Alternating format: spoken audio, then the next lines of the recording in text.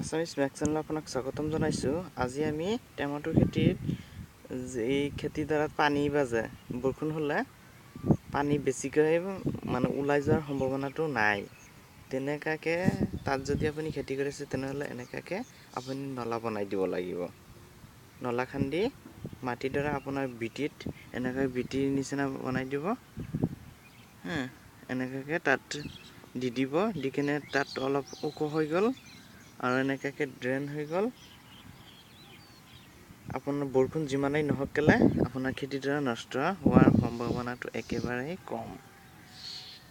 যদি মোৰ চেনেলটি কোনোবাই নতুনকৈ চাই আছে তেনেহ'লে ছাবস্ক্ৰাইব কৰিবলৈ নাপাহৰিব আৰু লাইক কৰিব, শ্বেয়াৰ কৰিব আৰু কমেণ্টত জনাব। যদি বেয়া পায় তেনেহ'লে ডিছলাইক কৰিব, যদি ভাল পায় তেনেহ'লে লাইক কৰিব।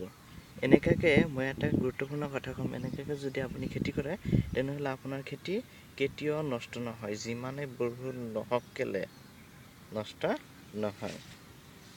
যিমানে বৰষুণ নহওক কেলে এনেকৈ যদি খেতি কৰে আপোনাৰ খেতি কেতিয়াও নষ্ট নহয়। এনেকুৱাকৈ ড্ৰেইন খান্দি এনেকুৱাকৈ মাটি ওপৰৰ পিনে উঠাই দিব আৰু এই চাইডত উঠাই দিব। তাৰপিছত মাজত ড্ৰেইন নিচিনা হ'ল। যিমানে বৰষুণ নহওক কেলে আপুনি বৰষুণ হ'ব